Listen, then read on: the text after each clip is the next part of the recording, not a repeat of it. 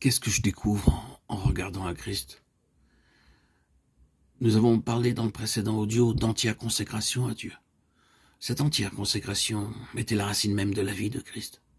Il vint dans le monde comme un envoyé de Dieu, et le seul but de sa vie ici-bas fut d'accomplir la volonté de Dieu.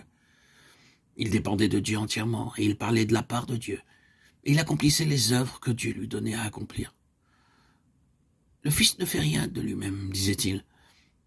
Il vécut et mourut pour l'honneur de Dieu, pour le royaume de Dieu, pour accomplir la volonté de Dieu. Il est en communion constante avec Dieu, alors que beaucoup de chrétiens, la religion est un devoir, un fardeau, une contrainte dont ils sont heureux de s'affranchir de temps à autre. Mais Dieu était la joie de Christ. Il était pour lui la source des eaux vives. Et c'était son plaisir et sa force de vivre en Dieu et pour Dieu. La volonté de Dieu était sa nourriture. Notre identification à Christ doit être notre témoignage. Dieu s'approche de chacun de ceux qui ont fait vœu de se consacrer à lui entièrement et qui lui disent « Seigneur, tu sais que j'ai fait ce vœu dans la faiblesse et en tremblant, mais que je l'ai fait avec droiture et de tout cœur. Seigneur, montre-moi ce que ce vœu implique et comment je dois vivre cette vie d'entière consécration pour ton saint nom. » Dieu vous montre alors son Fils et vous dit « Voici mon Fils bien-aimé, en qui j'ai mis toute mon affection. Écoutez-le, suivez-le, vivez comme il a vécu. » Que Christ devienne la loi de votre vie, votre témoignage.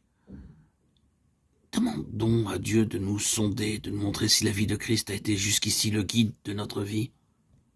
Pouvons-nous dire en toute sincérité, c'est là mon plus cher désir, c'est là ce que je demande à Dieu de m'accorder.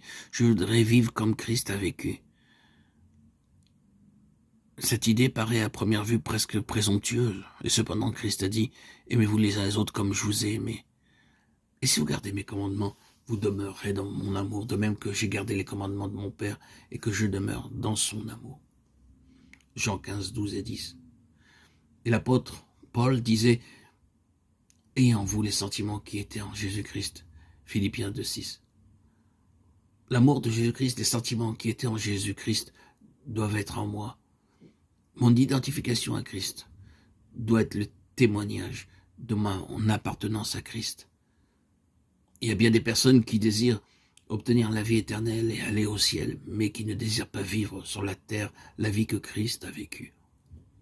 Et bien des croyants ont écrit qu'il était impossible de vivre comme Christ a vécu, qu'on ne pouvait prétendre à cela. Mais si vous êtes venu à Dieu afin de lui consacrer entièrement votre vie, alors vous pouvez dire la vie de Christ doit devenir la mienne.